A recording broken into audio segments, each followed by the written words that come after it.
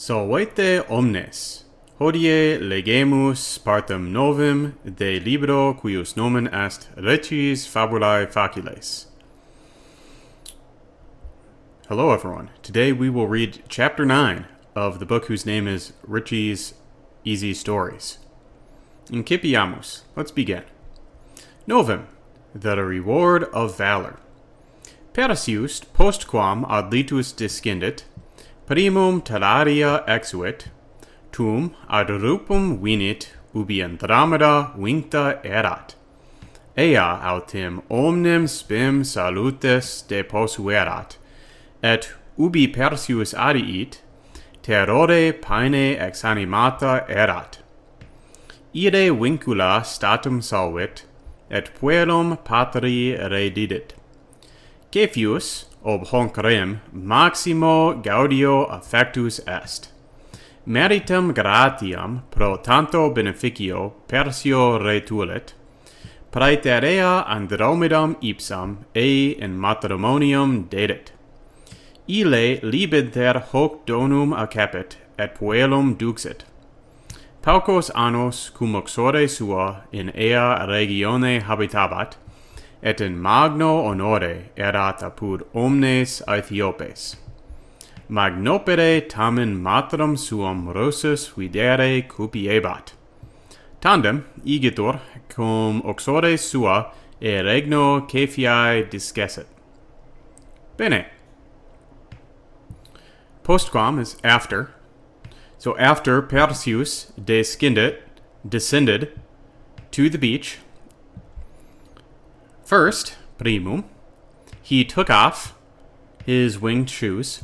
So induit is he put on, exuit is he took off. So he took off his winged shoes.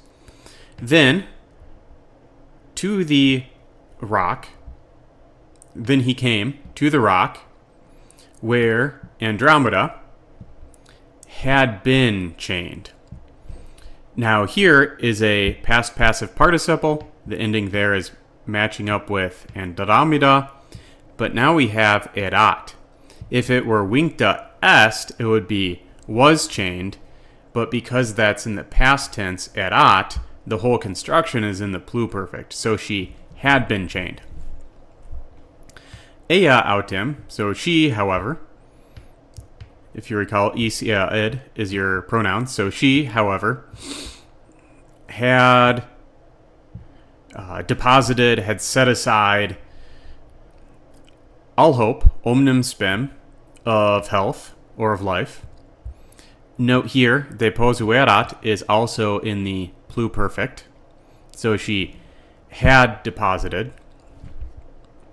Et ubi Perseus adiit, and when Perseus arrived or came, let's say to her isn't in the Latin, but if you're making an English translation, you might want to put that in because it sounds better. Terrore paene exanimata erat.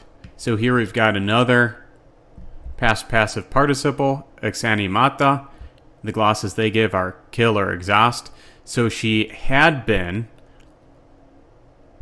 almost exhausted or killed. And how or by what means had she almost been exhausted or killed? By terror, which is in the ablative there. Ille, so that one, masculine, so it's Perseus. Statum, right away. Solvit, loosed. The chains, vincula. So vinculum is a neuter noun, so vincula is in the accusative plural right there. And if you think about the word solvit, from solvere, when you solve an equation in math, what are you doing? Well, the equation kind of starts out like a rope that's all tangled up and you can't easily use it. But then when you solve it, it's like you loosen the knots and now you know what x is or whatever. So that's where we get the term to solve an equation is from this root. Et puellum patri redidit.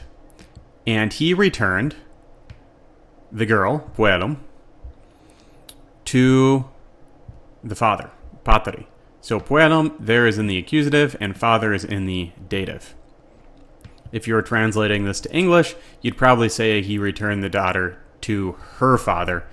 In Latin, they often leave out the possessives. Cepheus ob hankrem, so Cepheus, because of this thing, maximo gaudio affectus est, was affected. It's est, so not in the pluperfect anymore, just in the, I suppose that'd be perfect, was affected with great gladness. Now, a couple notes on this one. They do give us a marginal note here, maximo gaudio, saying it's the ablative of manner. So how was he affected? In what manner? With great gladness. And also with affectus est, this is a good illustration of why you can't just do like a dictionary lookup for all the words. Because if you look at the glosses given here for officio, afflict and affect are given. But if you translated this, Cepheus from this, on account of this thing, was afflicted with great happiness, that wouldn't make sense as an English translation because afflicted has negative connotations. So you have to say, like, he's affected with it. You could even go for something more idiomatic if you wanted. Meritum gratiam pro tantu beneficio perissio retulit.